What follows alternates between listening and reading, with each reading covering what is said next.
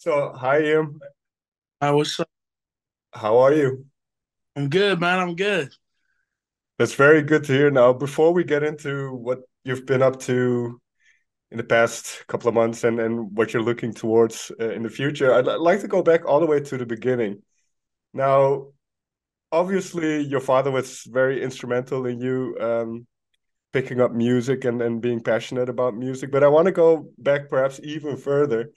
Um, in fifth grade, your teacher had a ukulele lesson. How important was that for you? Um, if it wasn't for that moment, I don't think I'll be singing right now. You know what I mean? If it wasn't for me learning ukulele, uh, I I don't know where I would be right now. But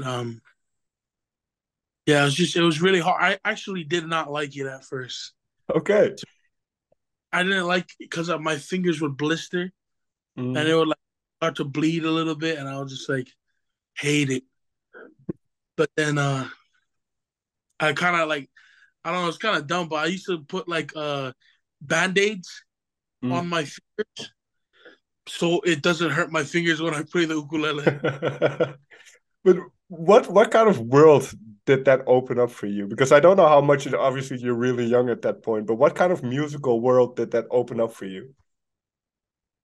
Really, uh, at that point, I I did love music, but not as much as I do now. Right. But I really started loving music with a passion when I was like around. When my dad taught me to play guitar. Hmm. Oh well, when I taught myself how to play guitar, but my dad would push me to do it, and I just fell in love with just jamming out with like other people, right? And having fun and singing. And yeah, I fell in love with that. And I just do that all the time. Even when I'm not working, I grab the guitar, I just jam out and have fun. And yeah.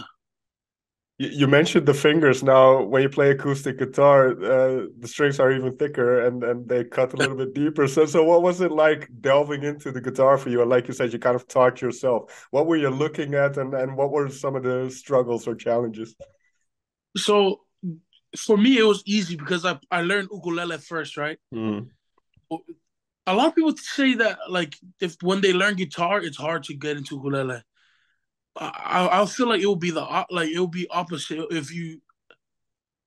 I feel like it would have been harder to learn guitar from ukulele, but it was easy. I just Okay. because ukulele it kind of like top like made my fingers tough. So when I started Right. playing, it was like easier to play guitar, and it was really easy to learn guitar, and yeah. Just in general, for me to get a sense, what is music culture like where you were born and raised? Because I mean, I have a picture of it, and you have is singing somewhere over the rainbow, and that's kind of that image that a lot of people have in their minds. But obviously, there's more to it. What was the culture or the musical culture that you grew up in a sense? Um, Iz is a really big artist in Hawaii. Like, man, like he's so inspirational, and Yeah. he always talk. He always liked to like give speeches Mm. before he, and I always love that because it always like it's so good, man. Like one of the things like, he always makes me laugh. Like one of his lines that he says is like, "Oh, you know all those kids running out there with the, with the rags, with the colors, you know what I mean?" And he says, "You know what we use those for? To blow hanabaras. That means like blow snot, your snot in the rags." And it always makes you laugh. And and this music in Hawaii is very chill, like you know what I mean. And growing up in Hawaii, there's a lot of like island songs are just country music redone into Mm. island. And just growing up like that, I didn't like. I fell in love with country music. My dad's favorite singer was George Strait. So we Okay. listened to a lot of George Strait. You know, we used to listen to a lot of Doctor Hook.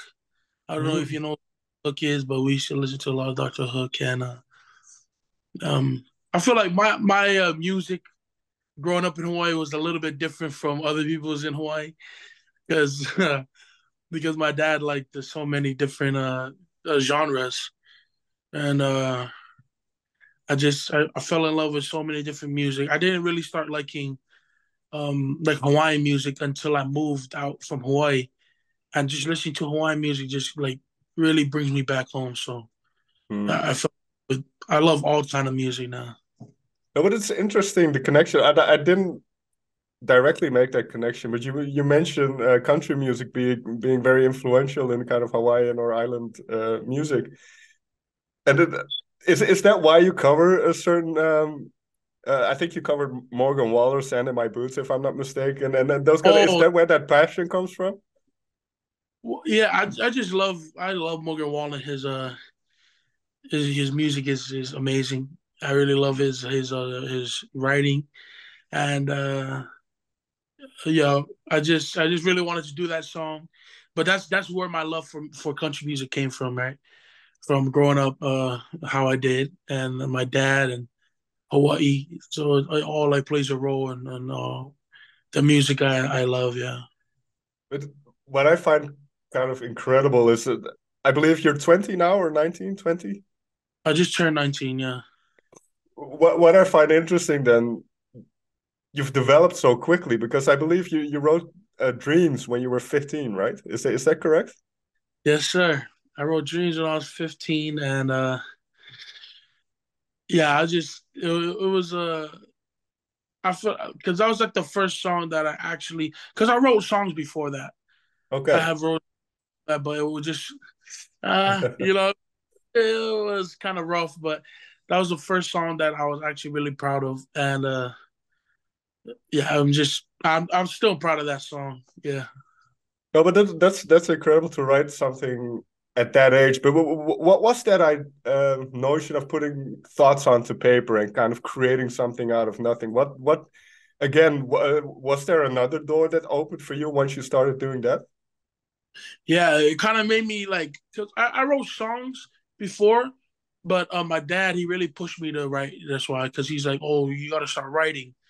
Uh, the songs I wrote before, like I feel like I just wrote them just to kind of like make my dad happy. Yeah, but Mm. that's I actually wrote not really to make my I don't know how to explain it, but I just wrote it so I can tell my dad, oh, I wrote a song, Dad. You know what I mean? But those other songs that dreams I wrote, I was just sitting down, I was feeling it, and then my sister, she was telling me like kind of helping me because she was telling me about her relationship with her fiance at the time, and I was writing it for their wedding. So I was writing that song about their relationship, and yeah, Am I right in saying, and I don't know to what extent this is, but when your father passed away, you kind of stopped playing music for a little while. Is that true? yes, sir. I remember I put my guitar under my bed and I packed it away. I just didn't want to look at it, I guess. Because With too I many stopped, memories. yeah, I guess. I stopped playing just because, just it kind of like, it just made me cry when I would play. So I remember I stopped playing and when I would look at it, like my guitar, I would like get sad. So I would just pack it away and put it under my bed. And then the way my mom got me back to playing was, all right, I signed you up to audition for American Idol. I was like, what? She never told me. She just said a week. I signed you up to to audition for American Idol. She's like, practice. You're auditioning in a week. I was like, oh, cuz what the heck? So I got the guitar out and I started learning, and I'm not gonna lie, like American Idol, it really got me back into music, and my mom, she's the reason, and uh, doing Idol kind of made me love music again. Yeah. Can you talk about that a little bit? Because, like you say, you don't want to play music, it makes you feel sad, and then kind of you get this kick under your butt from your mom, kind of, no, just go for it, go for it. And through that process, because I could imagine that's quite a hectic process, and all these things are coming at you. How did you kind of rediscover then that love for music? I think I I fell back in love with music because when I went to like audition, I was like, or when I was auditioning online, I was like determined, but I was like at the same time I had a bad attitude about it. I was like, because I Mm. had tried a year before, and like I was just like, I don't think I'm gonna make it. Like my mom was like, just try, and I was like, okay, we'll try.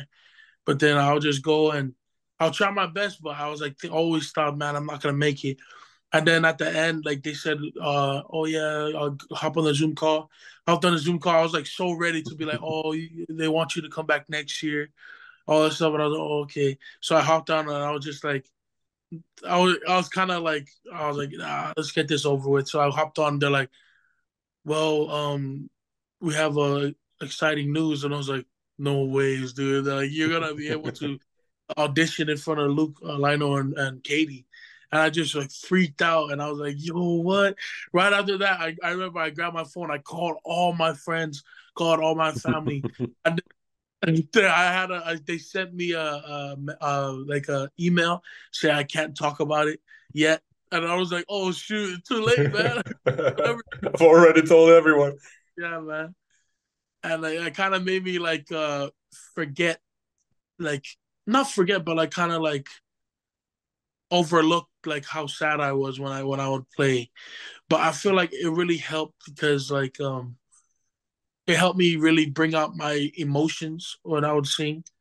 And my dad, he's the one that taught me that. Like he's like, man, your voice is all right, but Mm. when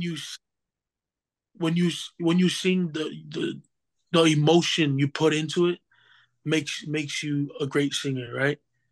And I would always like feel like, man, that's kind of messed up, Dad. You say I'm not a really good singer. But I look at it like yeah, I gotta use that, yeah, use that emotion, and I gotta use the soul that he would always like the way he would explain it. He's like, oh, you know, you gotta love the music. You know what I mean? Mm.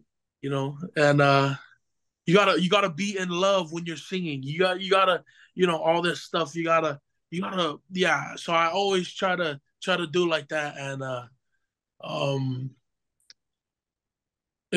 so it really got me back into music, and I think I really fell in love with music when I went to audition in New Orleans, and I went over there and everyone was just singing and having fun. And I Mm. just grabbed the guitar and I was like, yo, I want to do this. I want to have fun with you guys. So we went and we'd always jam out and we'd always get in trouble. Oh, you can't be, it's 2 o'clock in the morning. What are you doing? And then we're like five of us would be like, oh, sorry, we're going to sleep. Then we'll go in some, then we'll just be like singing, man. It's so fun. If I could, man, I'll go back and audition again, dude. Oh, It's that's so fun. great to hear. That's great to hear. And obviously, you talk about putting emotion in your singing, and then obviously, a song like "Monster" is not only very appropriate for what you were feeling at the time, I suppose, but it's also, um, yeah, it's such an emotional song. So, did that help? Kind of, this is maybe too contrived, but did that help the grieving process at all to be able to perform that song and to get it out? No, for sure, man. But that at that point, like I still had a bad attitude about it. I remember I Mm. went back to my room when I heard everyone singing. Man, everyone's amazing, man. Everyone knew how to sing, and I was over there. I can't do falsetto. I can't do like, all these runs. I don't know how to do any of that. I remember I went to my room to my uncle. I was like crying, man. I was like, dude, I'm done, man. Let's go. Like I'm wasting my time here. They only have limited space and I'm not good enough. And he was like, man, don't talk about that. Maybe I'm biased, but I think you can win this. My uncle was saying that. I was like, wow, this guy's such a liar, man. I was like, oh, to make me feel good, all this stuff. And then I told him, I was like, man, you just saying that to make me feel good. And he's like, man, I wouldn't say this to make you feel good. I wouldn't tell you anything, man. We're honest. Me, you know me, I'm honest. So I was like, yeah, you're right. So I just kind of like, yeah, I kind of just like changed my mindset to instead of, oh, I'm not gonna make it, I'm not gonna make it, then, oh, maybe I will make it, and I just gotta do my best and see what happens. So I just started right there, and it was hard. That song, I tried to hold my emotions back because I never sang that song because I learned that song singing for my dad before he passed away. Okay. I couldn't sing it at that time because my mom, she was like, because I didn't want to talk about my dad because I didn't want them to, because you see like a lot of things, and then people are like, oh, they only made it because the Sure. sash. So I never wanted to do that. I was like, no, I don't want to do it. Then my mom was like, well, you got to talk about that because he's the reason why you do music. And I was like, yeah, you're right. So Yeah, it's part of your story, definitely. it was, yeah. I'm sorry, I'm just going all over the place, but That that's perfect. That makes my job a lot easier. So go right ahead. Um, but what then kind of your uncle was right because you did win. And then you're 18 years old. You won this national televised competition type thing. And again, like I said, a lot is coming at you. You're 18 years old and you have all this kind of immediate success almost. And everybody all of a sudden knows who you are and what you're about. What was that like to go through that at such a young age? I mean, you don't know any better, but at the same time, it's a crazy thing to think about, I suppose. man, I was 17, man. I was 17 when I Right. auditioned, so it was crazy, dude. It was like, and then when the episode came out, almost like instantly, people knew who I was, and I was like, yo, that's crazy, man. Then like I would go to the airport, and then it never happened before. I go to the airport, and it was like, yo, they go and take pictures, and I was like, Mm. yo, and I'm trying to make it to my flight, but then, like, yo, I'm like, I'm just to the moon, so I don't even care about making my flight. I'm like, oh yeah, let's take pictures. Oh yeah, man. Oh, great. But what happens after? Because obviously a show like that gives you a lot of publicity and then people now know who you are. But in terms of the music, how did you proceed from there? What are your thoughts on proceeding from winning this competition and now kind of developing and growing your own music in a sense? Yeah, man. I just wanna, you know, yeah, the show really helped a lot. You know what I mean? And I always give credit, and it's just I just doing what I love now, man. I'm just out here making music, and I guess where I'm going with the music is just I don't like because you know how I grew up. Like I told you, I grew up with so many different genres. Mm, Why like why would I stick to one genre? You know what I mean? sure. So I'm like doing like a whole bunch of like different stuff, and like influences. Like I'm doing like a lot of like some country influences in my music that I'm writing. Some R&B, some soul stuff, and Okay. uh, yeah, man, it's just I just love like my dad really loved Luther Vandross. My Mm, dad, yeah. So the songs that I write is like kind of inspired of like the music I grew up listening to, and I'm playing a lot of shows, which I was like super excited to do, and I'm like that's my favorite to do is like perform live, and yeah, I just had a run in international in international run. I went to Bali. I had two shows in okay. Australia, New Zealand. Well, one of the shows was a festival. Two of them was a festival. One in New Zealand, one in Australia. And man, dude, the headliner was Lauryn Hill. Okay. Uh, Crazy man. I was just like, but I was happy. I was like, what man, Lauryn Hill? I get to play on the same stage, dude. Yeah, And you're part of it now, man. Giveon, dude, so many Davido. We got so many people out there. Coffee, man. It was me, man. It was pretty bad, man. Fire. That's awesome to hear. And the reason kind of why I asked what your thoughts are on the future is because you just released a song called Waikiki, Yes, and sir. it's kind of is this the precursor to an album? Are you just releasing singles? And what was the kind of the first what was the start of that song? What ignited that song? Um, the people I collab with this song, man, that song really, I really fell in love with it because like the genius yeah behind the lyrics, like Waikiki, like Waikiki, like the place in Hawaii, and then Yeah. like why girl, and I was like, yo, this song is mean, man. So we really got into it, and yeah, man, it was just a fire song. Yeah, man. Just a fun song, and is that kind of the image you want to portray as well? To kind of yeah, because it just felt like a really fun summery type of song. Sure. Yeah, it was really fun recording that song, and yeah, man, it was a really fun song, and I guess that's what it is. It's just a fun song, and I got new music coming out soon, and you know, hopefully my album's coming out soon, and I'm excited for that to come out, and yeah, man. Well, how far along are you? I don't know how much you can reveal about it, but how far along are you? And is there anything you can tell in terms of not necessarily genres, but maybe themes or something that you try to tackle on the album? A lot of the songs I just write up, uh, I just write about like what's going on and stuff. You know what I mean in my life. Um, songs I wrote when I was on Idol as well.